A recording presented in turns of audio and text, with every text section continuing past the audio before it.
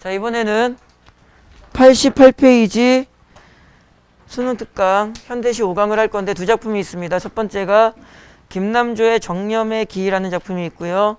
두 번째 작품이 기영도 씨의 질투는 나의 힘이라는 작품이 있는데 둘 다 까다로운 작품이야. 그래서 이게 뭐 수능적 독해 원리를 가지고 아까 우리 채송화 꽃이 받는 것처럼 기본 틀을 잡아서 내용을 조금 더 이렇게 들어가주는 형태로 되는 수준의 작품이 아니라 관념적이고 철학적인 작품이라서 그냥 차라리 이런 작품은 한번 그냥 꼼꼼하게 공부해 버리시는 게 나아요. 자, 일단 볼게요. 이거는 내 마음은 한 폭의 기. 일단 잠깐 보시면 1년이랑 마지막 년이 어때요? 똑같죠? 근데 잘 보시면 완벽한 구조를 잡지는 않아요.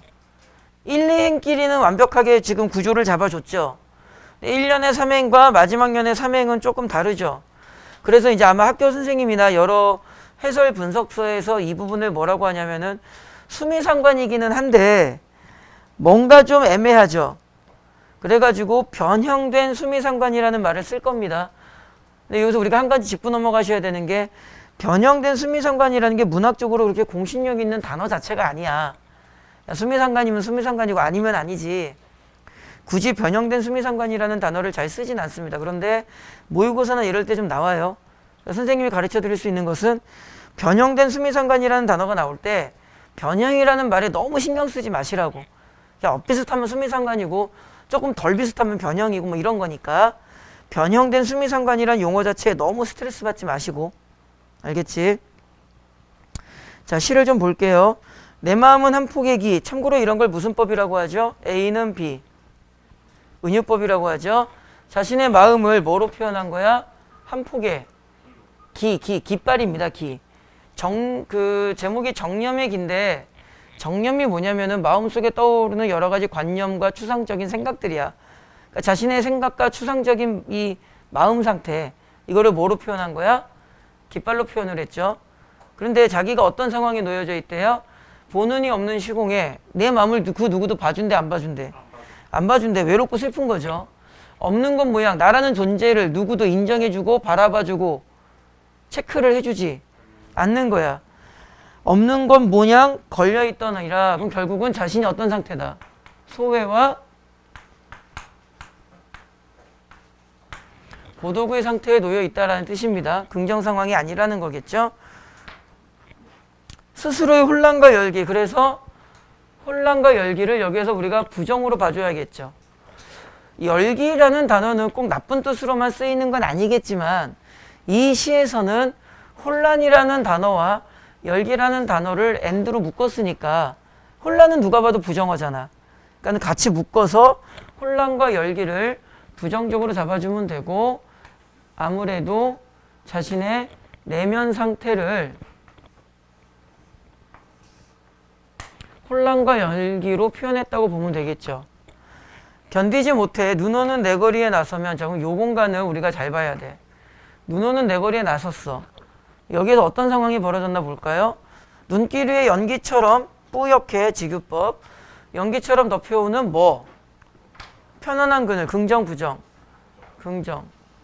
그럼 내가 어디에 갔는데? 눈 오는 내 거리에 갔는데 거기 가니까 나의 혼란했던 마음이 어떻게 됐다? 편안해졌다. 눈 오는 내 거리라는 이 공간은 긍정 공간이 돼? 부정 공간이 돼? 긍정 공간이 되죠. 그럼 얘는 굳이 선택지에다가 그 의미성을 쓴다면 우리는 뭐라고 쓰면 돼? 내 마음 상태를 바꿔준 거죠. 내면의 변화가 일어나는 공간이고 일단 저것만 놓으세요. 깨달음의 공간이고 근데 이 시에서 깨달음이라는 메시지를 자연스럽게 도출하기에는 좀 어려움이 있어. 여러분들 공부하시다 보면 그런데 깨달음이라는 단어가 아마 나올 겁니다. 그 다음에 두 번째 요령 하나 우리 더 배우고 넘어갑시다. 여러분들이 문제를 푸실 때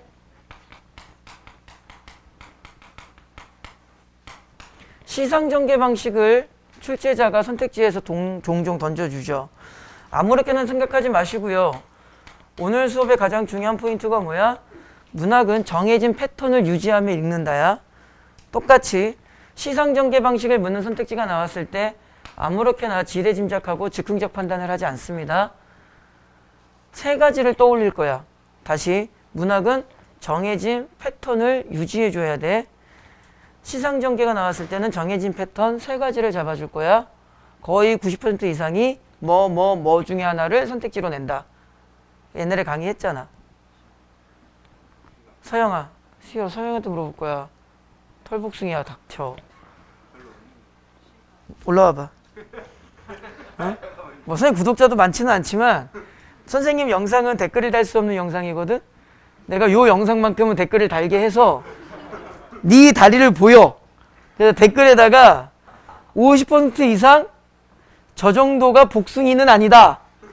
어?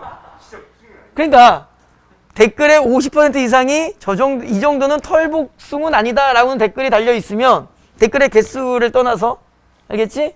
그럼 내가 너한테 교촌치킨 쿠폰을 보내주고 50% 이상이 이거는 진화가 덜 됐다 어? 라고 되어 있으면은 네가 나한테 바닐라 라떼 하나 사오고 너 면도하고 오기 없다. 뭐 갑자기 씨발 무슨 브라질리언 왁싱하고 와가지고 매끄러운 내 피부 막 이러고.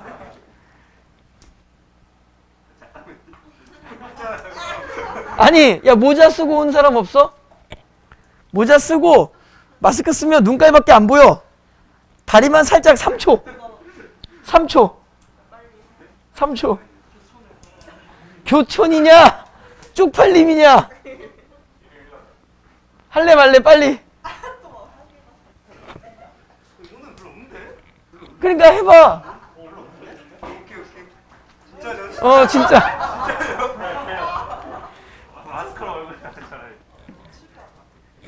아니야 안 보이잖아. 더 올려야지. 야 무릎 이상은 까줘야지. 살을 빼고. 벗어. 너 방금 그 손동작은 뭐야? 아니야 안 지켜. 상체밖에 안 나와.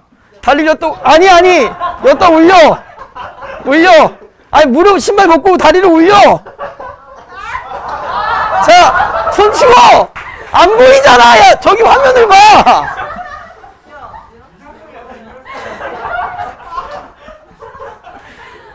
화면에 나와야지.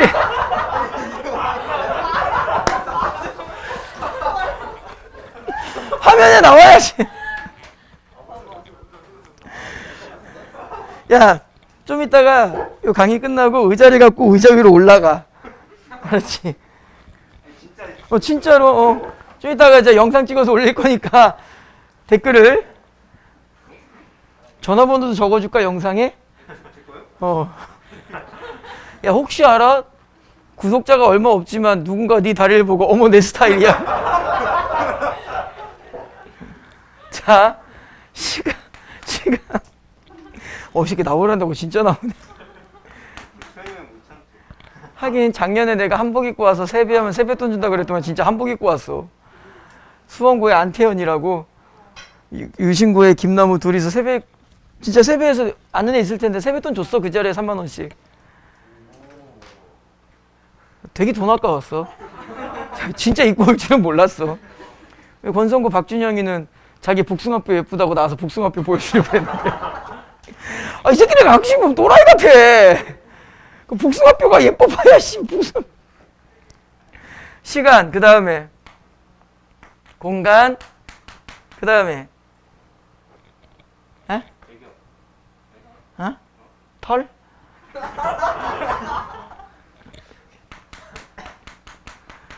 세 가지입니다. 거의 물론 다른 것도 있겠죠. 다른 것도 있고 출제자가 선택지를 만드는 과정에서 여러 가지 것들이 더 제시될 수 있지만 기본적인 베이스에서는 세 가지만. 그럼 선생님이 여기에다 뭐라고 적을 것 같아? 그렇죠. 공간에 따른 정의죠.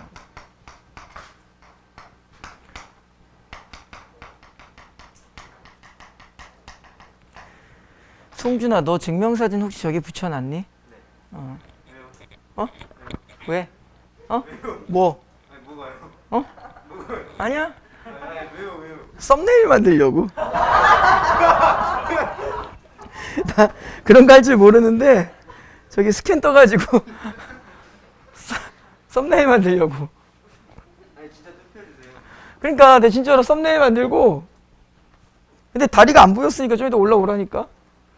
자, 지금 빨리 이거 해야 되니까. 편안한 그늘이여. 마음의 기는 이제는 뭐야? 눈의 음악을 편안한 그늘에서 눈의 음악으로 이렇게 넘어와야겠죠? 그러니까는 긍긍긍 이렇게 넘어가면 될 거고요. 시가 좀 까다롭습니다. 별로 필기할 만한 내용이 많지는 않겠지만 머릿속에 좀 정리가 안 될 수도 있으니까 잘 들어보세요. 나에게 원이 있다면 이제 깨달음을 얻고 자신의 마음을 좀 차분하게 하고 나서 자신이 바라는 게 하나 있는 거죠. 그게 뭐야? 뉘우침 없는 일몰이 자신의 삶을 이렇게 쌓아나가고 싶은데 어떤 식으로? 꽃잎처럼 쌓아가고 싶은데 어떤 식으로? 뉘우침이 없는 일몰. 일몰이 뭐죠? 하루하루 해가 지는 거잖아. 그러니까 내 하루하루 해가 지고 하루하루의 삶을 이제 일몰이라고 표현을 했겠지. 근데 그 내 하루의 삶 속에서 뭐가 없어야 돼? 뉘우침이 없어야 돼. 그게 조용히 쌓여나가는 내 인생이었으면 좋겠다라는 말이 되죠. 이건 당연히 그냥 뭐라고 필기만 하나만 해놓으면 되겠어? 하루하루의 삶 속에서 후회 없는 삶을 소망하고 있구나라고 이해하시면 되겠죠. 사실 누구나 저런 삶을 원하죠. 나는 뭐 후회하는 삶을 살고 싶어. 그런 게 어딨어. 그지? 송준이의 다리털이 이제 뭐 흑역사가 될지 뭐가 될지 모르겠지만 황제의 항서와도 같은 자, 항서라는 단어가 나오는데 이 단어를 모르더라도 그것과도 같은 직유법이니까 무거운 비애가, 비애는 슬프다라는 뜻이죠. 그러니까는 얘가 부정이니까 직유법으로 연결된 항서라는 단어도 뭐가 되는 거야? 부정이 되는 거죠. 굳이 항서를 따지면 항복문서입니다. 지지친 거. 그게 어떻게 되는 거? 가라앉은 거야. 그래서 무슨 색이 돼버렸어? 그러한 어떤 친구를 뭐 하는 거야? 소망하는 거죠. 그러니까 좋은 친구 있었으면 좋겠다고. 갑자기 친구 얘기 왜 나왔는지 모르겠어. 그래서 선생님이 그랬잖아. 이 시는 좀 까다롭고 애매하다고 시가 정리를 하기. 그죠? 보통 그리고 이건 고정관념이긴 한데요. 친구가 어떤 마음을 가졌으면 좋겠대요. 털복숭이의 마음이 아니죠? 우리나라 문학에서 하얀색 하면 어떤 이미지죠? 순수. 그러니까 어떤 친구였으면 좋겠다? 순수한 친구가 있었으면 좋겠다. 뭐 이런 뜻으로 보통 해석을 합니다. 그 다음에 마지막 문장만 조심하시면 되는데 때로는 울고 때로는 기도드린다. 자기가 뭔가 깨달음을 얻었고 내 마음에 차분함을 만들어냈지만 아직까지 그 뭐 순수의 친구를 구한 것도 아니고 그죠? 뭔가 좀 완벽하게 도달된 것도 아닌 것 같아. 그래서 자기는 뭐 한대? 속상해서 운대. 하지만 좌절로 해석할 수가 없는 게 뒤에 뭐가 되어 있어? 기도를 하겠죠. 그게 뭐 부처님이건 예수님이건 누구건 간에 나의 이 상황을 조금 더 업그레이드 시켜주세요 라고 이제 기도한다는 뜻이겠지. 승화 극복이라는 단어를 씁니다. 보통 이럴 때. 결론은 보통 여러분들이 변형 문제를 푸시면 이 구절에서 이런 식의 서술이 많이 나올 겁니다. 인간 존재의 말이 어렵죠. 한계를 인식했어. 울어. 하지만 거기에서 좌절을 하는 것이 아니라 뭐다? 기도드린다. 종교적 극복 의지를 지니고 있다라는 식으로 나오는데 그냥 그런가 보다 하세요. 선택지에 저게 나오더라도 완벽하게 정리되고 이해되고 공감되고 하는 식으로 작품이 받아들여지지는 좀 않을 겁니다. 저기서 이 작품의 키워드는 뭐가 되는 거야? 순수의 삶을 추구하고 종교적으로 이겨내고 싶은 이런 거겠죠. 그래서 이거는 간단하게 조금 정리를 하나 해놓는 게 좋지 않을까 싶어요. 여러분들 교재 필기 공간이 충분히 있으실 거니까 어떤 식으로 정리를 해볼까? 내 마음을 뭐로 표현을 했죠? 한 폭의 기로 표현을 했어. 그런데 이 상태는 지금 나는 어떤 상태였어? 처음에 소외와 고독, 혼란과 열기에 어떤 상태가 된 거야? 부정화 상태가 된 거죠.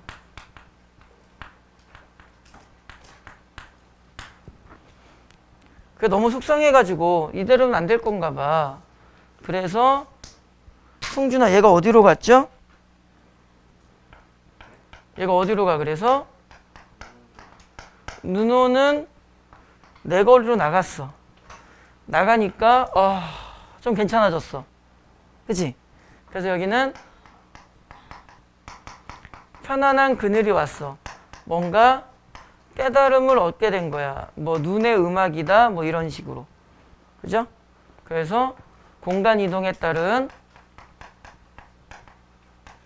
시선 경계라고 이해를 할 수가 있을 것 같고요. 그리고 나서 자기는 눈 오는 내 거리에서 뭐 하고? 하얀 모래벌 같은 친구를 뭐 하고 있어? 소망하죠. 하나 더. 후회 없는 삶을 소망하죠. 그래서 자신의 삶에 대한 소망을 하는데 두 가지를 소망을 하죠. 첫 번째가 후회 없는 삶을 소망을 하고요. 두 번째가 순수의 벗을 소망하죠. 그런 과정에서 다시 자신의 마음을 내 마음은 무엇으로 기로 다시 한번 표현을 하는데 얘는 깨달음의 전 상태를 나타낸 거라면 쭉 과정에서 여기는 깨달음 후 상태를 나타내는 거겠지? 여기에서는 뭐라고 적어주면 될 것 같아? 울고 기도드린다. 다시 말하면은 한계를 인식하고 플러스 종교적 극복 의지를 이야기하고 아까 말씀드렸듯이 이렇게 넘어오는 과정에서 선생님은 그냥 수미상관이라고만 적을 건데 상황에 따라서는 변형된 수미상관이라는 용어를 쓸 수도 있다 그랬지? 요거는 이런 식으로 좀 치를 한번 정리를 해 놓으시는 게 좀 좋으실 것 같아. 뭐 독해적 사고력에 의해서 깔끔하게 그냥 마무리가 되지 않으실 겁니다. 좀 염려가 되는 게 이런 시에서 보기 활용형 문제가 나왔을 때 선택지가 생각보다 좀 까다롭게 서술돼. 이런 작품 같은 경우는 이제 학교 내신에는 그래서 포함을 잘 안 시킵니다. 주로 모의고사나 특히 사설 모의고사 이런 쪽에서 좀 좋아하는 스타일의 작품이기는 해. 침착하게 푸셔야 될 거예요. 이 작품은 간단한 틀만 가지고 푸셨다가 선택지의 말장난에 당할 겁니다. 됐죠? 자, 그 다음에 기영도 씨의 질투는 나의 힘이라는 작품이 있는데 그 제목에다가 일단 여기 제목 질투는 나의 힘 여기 제목에다가 반어라고 적어 놓으세요. 좀 이따 설명을 하는데 여러분들 반어법 제목 위에다 적어 놓으세요. 이 작품을 반어로 많이 이렇게 해설을 하실 겁니다. 근데 이제 문학을 가르치다 보면 선생님이 모든 문학을 공감하고 다 이해하고 인지하고 가르치는 건 아닌데 그래도 일정 수준 이상은 내가 그 문학에 대한 작가의 가치관이나 메시지를 좀 공감해야 이게 좀 설명도 나오고 우리가 뭐 메시지를 잡아내고 뭐 이걸 하는데 이 반어법을 해석하는 게 내가 잘 모르겠어. 나는 이걸 왜 반어로 봐야 되는지 내가 공감을 못해서 설명하기 좀 어려워요. 근데 아마 학교에서나 여러 해설서나 이런 데서는 반어로 볼 겁니다. 선생님도 이제 반어로 설명하긴 할 건데 잘 모르겠어요. 이게 반어인지. 아무튼 반어라고 일단 적어 놓으세요. 자, 요 시는 앞부분을 조금 조심하셔야 되는데 화면을 조금 키울게요. 앞부분 어디를 조심하셔야 되냐면은 이 기영도 씨가 시를 되게 어렵게 써요. 진짜. 유명합니다. 뭐 기영도의 빈집이라는 시도 그렇고 이별편지인가 뭐 시도 그렇고 되게 어려워요. 요 두 줄을 잘 보세요. 아주 요 두 줄을 잘 잡으셔서 내용을 들어가셔야 돼, 이 작품은. 그래서 지금 이 현대시 5강에 있는 정념의기와 질투는 나의 힘, 얘는 독해적 마인드를 유지하면서 공부하시는 게 아니라 별도로 그냥 따로 좀 공부하는 느낌으로 붙잡아 주시는 게 좋아. 아주 오랜 세월이 흐른 뒤에 먼 미래에 이 말이죠. 힘없는 책갈피는, 저 책갈피는 조금 이따 설명할 거고요. 이 종이를 떨어뜨릴 거야. 근데 그 종이에는, 그 책갈피에는 뭐라고 써 있냐면은 어떤 기록할 것이 남아 있었던 거야.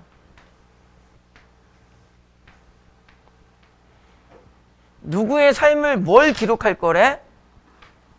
책갈피는 내 마음을 기록할 거래. 그럼 결국 이게 무슨 내용이냐면 지금 내가, 내 말이 잘 들어야 돼. 지금 내가 내 마음의 상태를 뭐 할 거야? 종이에다가 쓸 거야. 쓴 다음에 얘를 어느 책 사이에 꽂아 놨겠지. 그래도 먼 훗날 그 책에서 그 종이가 어떻게 할 거야? 툭 떨어질 거야. 근데 툭 떨어진 그 종이에 기록된 것은 누구야? 내 마음이죠. 어느 순간의 내 마음. 지금 이 순간의 내 마음. 그치? 잘 들어봐. 지금 이 순간의 내 마음을 기록을 해서 어떤 책 사이에 딱 꽂아 놓으면 먼 세월이 흐른 뒤에 툭 종이가 떨어질 거래. 그럼 그 종이에 기록된 거는 어느 상태의 마음? 지금 이 순간에 내 마음을 기록한 종이일 거잖아. 그래서 이 두 줄을 잘 기억하셔야 돼요. 이 작품은. 미래 시점을 뭐 했어? 가정했죠? 미래 시점에서 잘 보세요. 과거를 돌아보는 형태야. 누구의 과거를 돌아보는 거야? 이제 내용의 골격을 잡았어. 이제 쉬워져. 누구의 과거를 돌아보는 거야? 자신의 과거를 돌아보는 거죠. 이럴 때 문학에서 뭐라 그래? 자기가 자기를 돌아보는 거. 성찰. 다 읽었어. 이 작품의 가장 중요한 키워드 뭐가 나온 거야? 성찰, 반성이 나온 거야. 근데 조심하셔야 되는 부분이 바로 뭐냐면 이 과거는 현재의 나아가 되는 거잖아.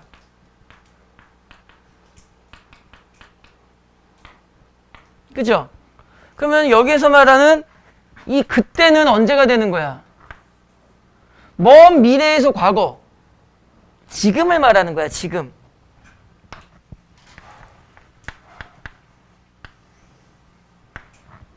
이해를 잘 하셔야 돼. 지금 이 순간에 내 모습을 기록을 해서 먼 훗날 발견되는 구조야. 됐죠? 그리고 수업 준비를 하면서 마음에 걸리는 작품이 하나 있어가지고 이게 똑같이 먼 훗날 지금 이 순간에 반성하는 구조를 취하는 시가 하나 있어. 윤동주의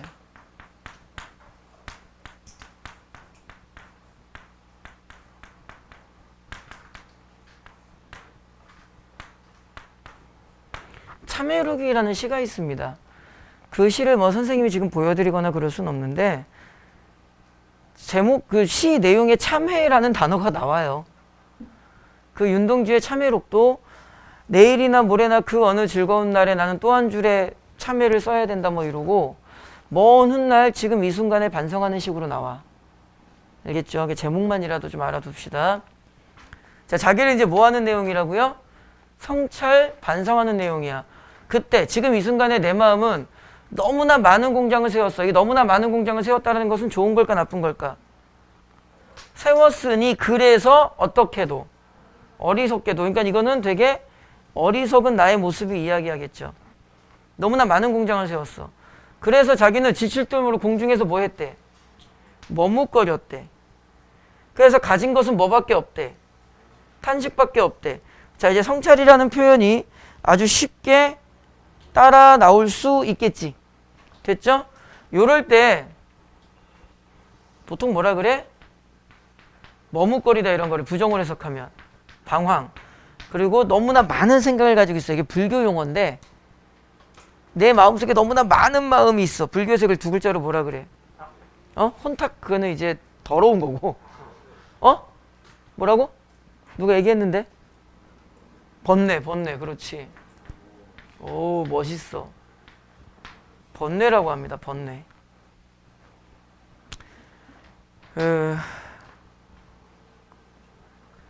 우리나라 청소년들이 좀 생각하지 않아도 되는 생각들을 많이 할 수밖에 없게 살아가지. 얼마 전에 어떤 애랑 상담할 때도 얘기했는데 19살의 젊은 나이에 인생의 결정권을 부여받아서 네 삶을 정해봐 라고 말하는 나라는 대한민국밖에 없을 거야. 17살에 문과 갈래 이과 갈래를 빨리 정하라고 하고 기하도 미적분도 사실은 결국에는 빨리빨리 선택해서 네 인생 몰빵치라는 거잖아. 문과 갈래 이과 갈래 물리 갈래 화학 갈래 경영 갈래 심리 갈래 등등등등. 되게 잔인한 나라죠. 20살이 되고 30살이 돼도 인생의 방향을 못 잡아요. 궁금하시면 아니신 분들도 계시겠지만 너희 그 부모님한테 가셔서 아버지 또는 엄마의 삶은 엄마의 주체와 능동적 결정에 의해서 지금까지 걸어오셨나요? 라고 물어봐봐. 그러실 분 별로 안 계셔. 어찌저찌 살다 보니 지금의 삶을 살게 되셨지. 원래 세상이 그렇거든. 우리나라는 못 그러게 하죠. 그러니까 너희들이 아직은 하지 않아도 되는 고민까지 해야 되는 거야. 보고 있으면 안타깝지. 그래서 농담이 아니라 선생님이 적극 추천하는 게 뭐냐면요. 지방대를 가더라도 4년제를 가세요. 그래 자세하게 이야기하면 어려운데 4년제를 가셔서 아무 과나 들어가세요. 근데 그 과가 도저히 나랑 안 맞고 그 대학이 나랑 안 맞는다. 깨달음이 생기겠지. 그럼 20살이건 21살이건 다시 공부하시면 돼요. 젊음이 가질 수 있는 특권이 뭐야? 절대 불변의 특권. 시간이죠, 시간. 시간이 가지고 있는 가장 큰 특징은 뭐고? 기회야. 여러분들은 너무나 많은 기회를 가지고 있고 충분한 시간을 가지고 있는데 이 대한민국 자체가 그것을 용납을 안 해서 대학 가시면 선생님이 왜 이 말을 여러분들께 드리는지 알 겁니다. 시야가 달라져요. 세상을 보는 시야가 달라지고 자신을 바라보는 안목이 달라집니다. 신기하게 그 1, 2년 사이에 많이 달라지더라고. 자, 볼게요. 저녁 어떤 내용이 대충 이제 방향을 잡았으니까요. 저녁거리마다 물끄러미 청춘을 세워두고 살아온 날도를 신기하게 세워봤대. 성찰한다는 뜻이겠죠? 살아온 날도를 돌아봤다. 되게 쉬운 시죠. 이제 내용 잡았어. 그래서 이 시는 앞부분만 좀 잘 읽으시면 됩니다. 그 누구도 나를 두려워하지 않았으니 존재감이 있었다 없었다. 이게 두려워한다는 게 무조건 좋은 건 아니지만 문학적으로 봤을 때 이 상황에서는 그 누구도 나를 두려워하지 않았다. 나라는 존재감을 제대로 인정해주지 않았다라는 식으로 해석을 하면 될 것 같고요. 내 희망의 내용은 질투뿐이었구나. 이게 지금 질투가 자신의 희망이라는 게 말이 안 되죠. 그래서 이걸 이제 반어법이라고 보통 가르치는데 나는 잘 공감을 못 하겠어. 보통 그렇게 가르치니까 적어놓으라고 말씀을 드린 거야. 그래야 나는 우선 여기에 짧은 글을 남겨둔다. 어떻게? 이렇게. 나의 생은 미친 듯이 사랑을 찾아 헤매었으나 이 문장이 무슨 뜻이냐면요. 나는 사랑을 찾아 헤맸대. 하지만 누구는 정작 사랑하지 못했대. 자기 자신은 사랑하지 못했대. 이게 무슨 뜻이냐면은 근데 다들 사실 이렇게 살지 않나? 타인에게 인정받기를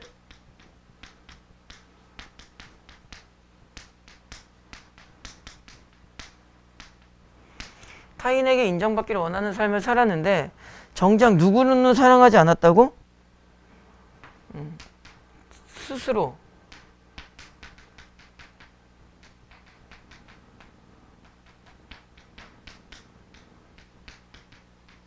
자신에 대한